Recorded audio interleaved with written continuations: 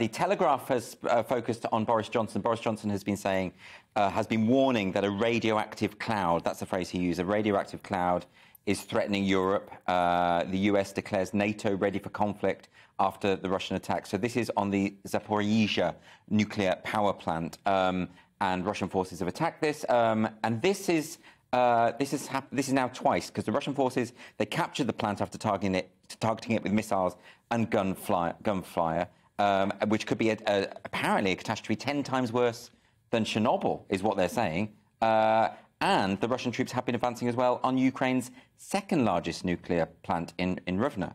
So this seems to be almost like a strategy. But what this article doesn't explain is why they're doing it. What is the strategy here, other than to knock out the infrastructure and the power for the local area? Because, of course, this is so self-defeating. Obviously, if you attack, I mean, as Boris Johnson says here, we have to make clear to the Kremlin that the civilian nuclear disaster in Ukraine, another Chernobyl, is a disaster for Russia as well as everybody. Well, yeah, because if you attack and blow up a nuclear power plant, the fallout, well, you don't know which way that is going to go. It doesn't respect borders, you know. And what the key point about this, which I hadn't realised until I read the article, is that if a nuclear power plant is attacked and the explosion occurs, and the nuclear fallout were to drift into a neighbouring state, that potentially could violate Article 5 of the NATO treaty. That could be considered an act of war, right? So that's an interesting thing I hadn't thought about. And, of course, if the nuclear fallout were to drift to a NATO state, by NATO's treaty, they would be under an obligation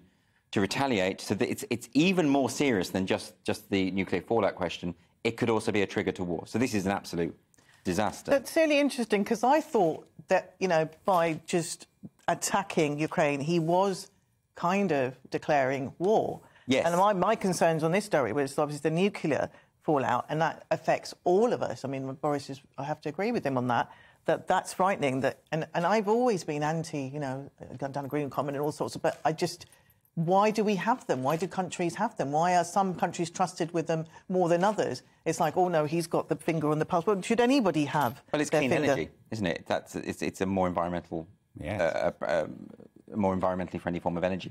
It's certainly low carbon, although environmentally friendly is a tricky phrase, because you've got to bury the uranium somewhere. That's the big debate. But, I mean, it's obviously the invasion of Ukraine is war, but it's not war with NATO. This is the slight distinction here. It would be war with NATO if the fallout were to drift. But he had a problem with NATO. That was where it all started, wasn't it? So yeah, of course. This may be strategic. This may be. I mean, I don't know. I don't get it, because this is obviously something that could easily fall back on Russia. You can't control which way the wind blows. No, you can't. I mean, at least the story about the start of World War I is possible to romanticise, but the idea that World War III could be started by the wind being in the wrong direction, it's not a great story to tell our grandkids. No. This is the sort of thing as well that's just going to add fuel to the fire in terms of the perception that Putin is just out of control.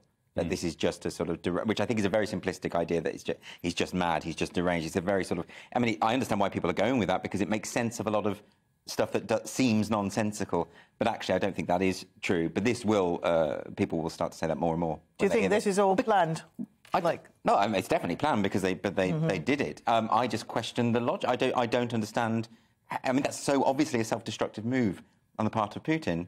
You know, that's something that could quite obviously hurt his own citizens and hurt his own standing. And you know, it feels like he almost wants this to escalate even to NATO and bring them in. You could make the argument that this is almost a PR, a propaganda step, because I fell for it myself, saying, oh, the word nuclear is involved now. So it's escalated in terms of headlines. Well, that's true. That's true. And he also, I mean, of course, Putin has evoked the spectre of nuclear war in his speeches, which is never a good thing. And this is obviously a major fear that everyone has. It harks back to the Cold War and all the fears that we had growing up of this, you know, might all kick off at any point. So, yeah, it's not good. And to hear Boris Johnson talk about radioactive clouds, I mean, the rhetoric is just, it's designed to, well, it's not designed, but it is frightening.